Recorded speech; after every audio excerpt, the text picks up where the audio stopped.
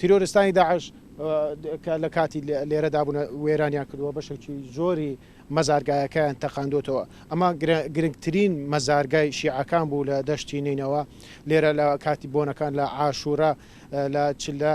هەموو ئەو شەبەکانە یاخود ئەو شیعە مەزهەبانەی لە دەشتی نینەوە سەردانی ئەم مەزارگایان دەکرد بەڵام تیرۆرستانی داعش بەشێکی زۆری مەزارگایەکان وێران کردووە هەمویان تەقاندوتەوە. ئەو مەزارە ئیمام زین العابدین عەلەیهی السەلام لە منتەقەی عەلیرەشە ئەوە بۆ شیعە هەموو زۆر گرنگە هەموو مناسبەش لێرەیە هەموو ینی محەرەمە و دازانم چیە هەموو شیعە دێت ئێرە مەزارێکی زۆر گرنگە بۆ شیعای شەبەک بۆ تورکمان و عەرەب و هەموو خەڵکە دێت ئێرە زیارە دەکەن ئەوە داعش ئەوەی تەقینە خراپ کردیە وەکی دەیتینی بەس ئینشاءالله تعمیری دەکەن. داعش چوو لە چی منتەقەی خراپش کرد يعني خوتن تماشاتن كقراقوش حمي كان عيسى خراب كرت برتلا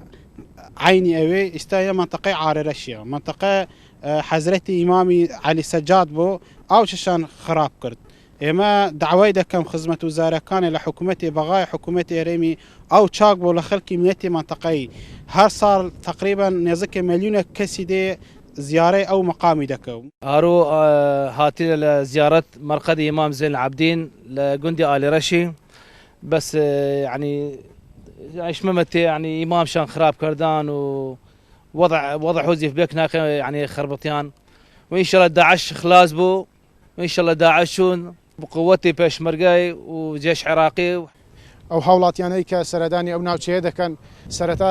پێش ئەوەی بچنە ماڵەکانی خۆیان سەردانی ئەو مەزارە دەکەن بۆی ببینن کە لە نزیکەوە چی لێ هاتووە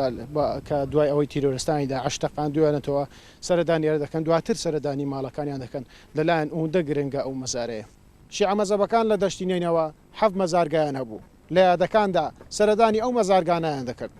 بەڵام لەگەڵ دەست بە سەرداگرتنی لایەن تیرۆرستانی داعش لەو ناوچانە سەرجەم مەزارگایەکانیان تەقێنرانەوە گەیلان بۆتانی کورسات نیوس گوندی عەلیڕەش